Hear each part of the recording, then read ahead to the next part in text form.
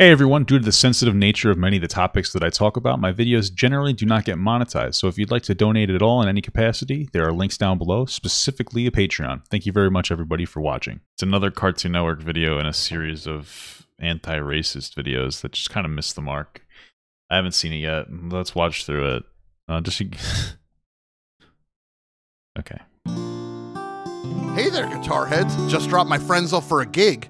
So it's like a different character saying it. Like, are you guys just trying to cover your bases? Like, do you think that this is going to resonate with the kids with no dads? Like, this is the one that's going to get through to them because he's a dad.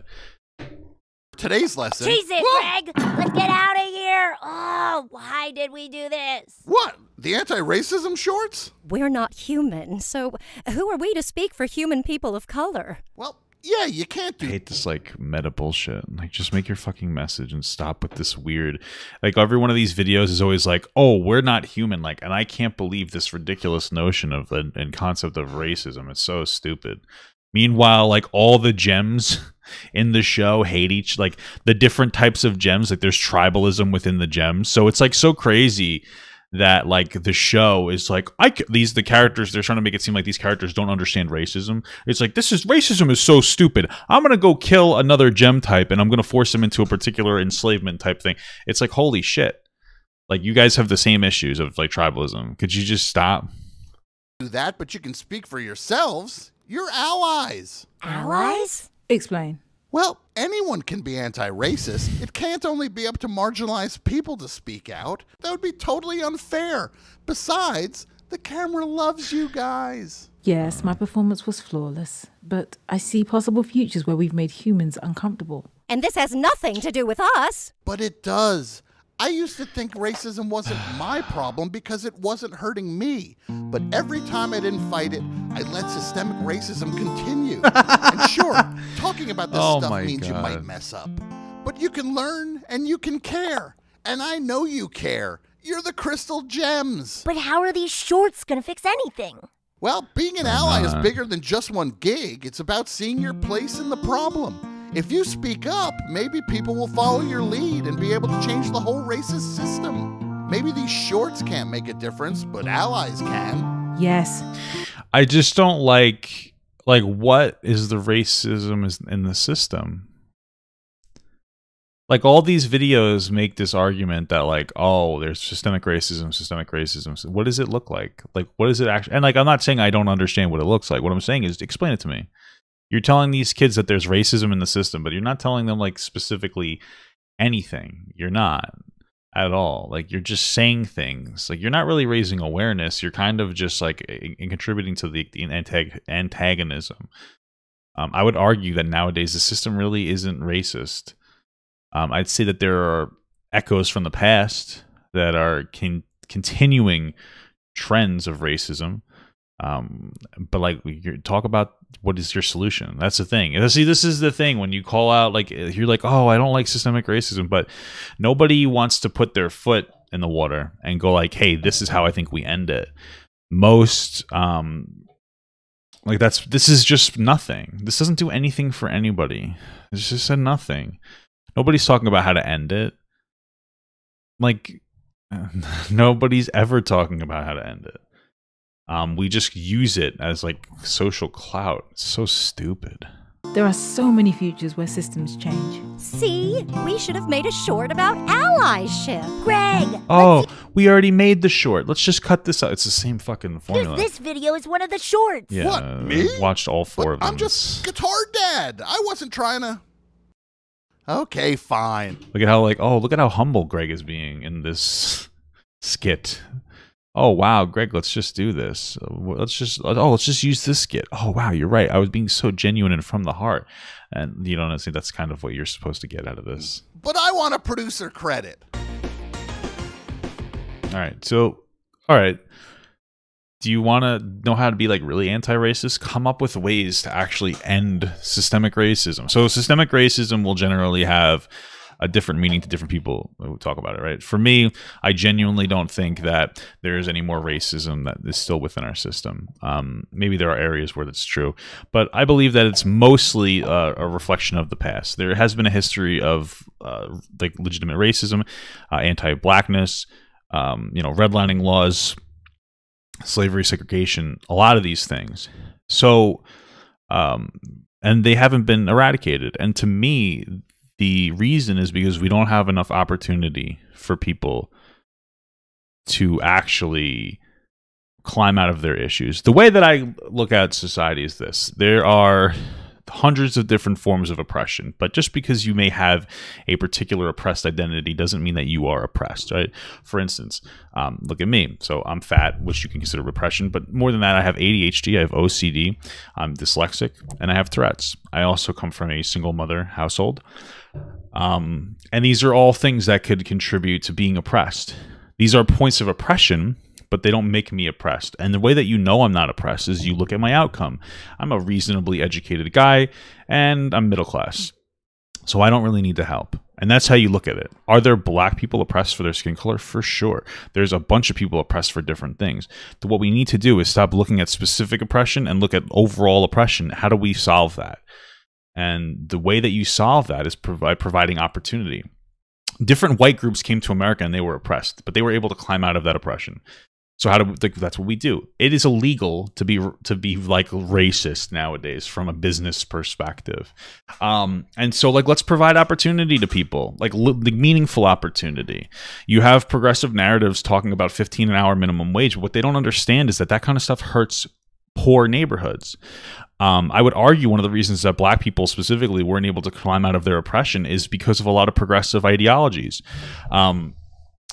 For instance, like 15-hour minimum wage didn't get passed, but think about it. What is that going to do? 1.4 million jobs will be lost. Most of those jobs you're going to see in low and no skilled labor in poor areas that can't afford it. Black people are disproportionately poor. That means 15-an-hour minimum wage not only is going to hurt black areas, right? Big businesses will automate faster and small businesses won't be able to afford it. And then commonly people will say, yeah, but there's more money in the market now because people are getting paid more. But the problem is that in poor areas, they are very much dependent on welfare programs. So those people on welfare, people who are solely on welfare, aren't getting more money to put into their local economy, so it's not actually helping. And people who may be working and getting welfare programs, if they're making more money, will lose their welfare. So they're not actually netting any increased income. So very clearly, 15-an-hour minimum wage isn't helpful to, it doesn't even provide opportunity to poor people or the poorest of people. So these are a lot of problems. And you look at other progressive ideology. I'm not saying that affirmative action is bad, but if you look at some of the flaws of affirmative action, one flaw of affirmative action is that it disincentivizes hiring low-skilled black labor. Think about it.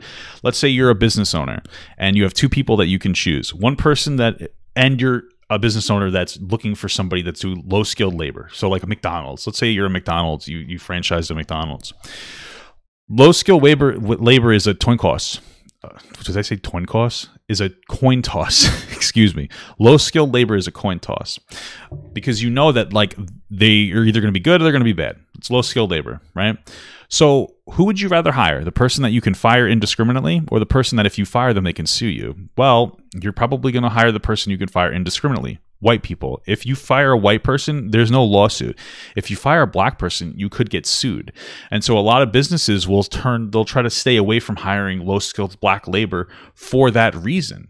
And so like you see with these progressive ideologies, it ends up hurting black people. They move forward with like welfare. It's created a dependency. There's a correlation between the implementation or the expansion of welfare into black communities and their lack of success, or in the increased single motherhood rates. That's because welfare incentivizes single motherhood because you get more money for it. I'm not saying that's the sole reason, but like we said before, welfare just kind of keeps unhealthy local economies static. It keeps them from it just keeps them afloat. It doesn't actually give them opportunity. So welfare might work really well in a middle class area with some poor people and like a diverse poor and middle class, healthier local economies is my point. But in poor areas, it's not going to help as much. And since black people, again, are disproportionately poor, it doesn't help them to just implement welfare. I'm not saying we never should have, but I do think that we need to start looking at ways to eradicate these systems that hurt poor people in general. And since they hurt black people are disproportionately poor, it hurts them more than anything else. And like obviously, I'm going to say it again, it's universal basic income. Universal basic income is a way to put more money into local economies, especially unhealthy local economies. It incentivizes big businesses to come to that area.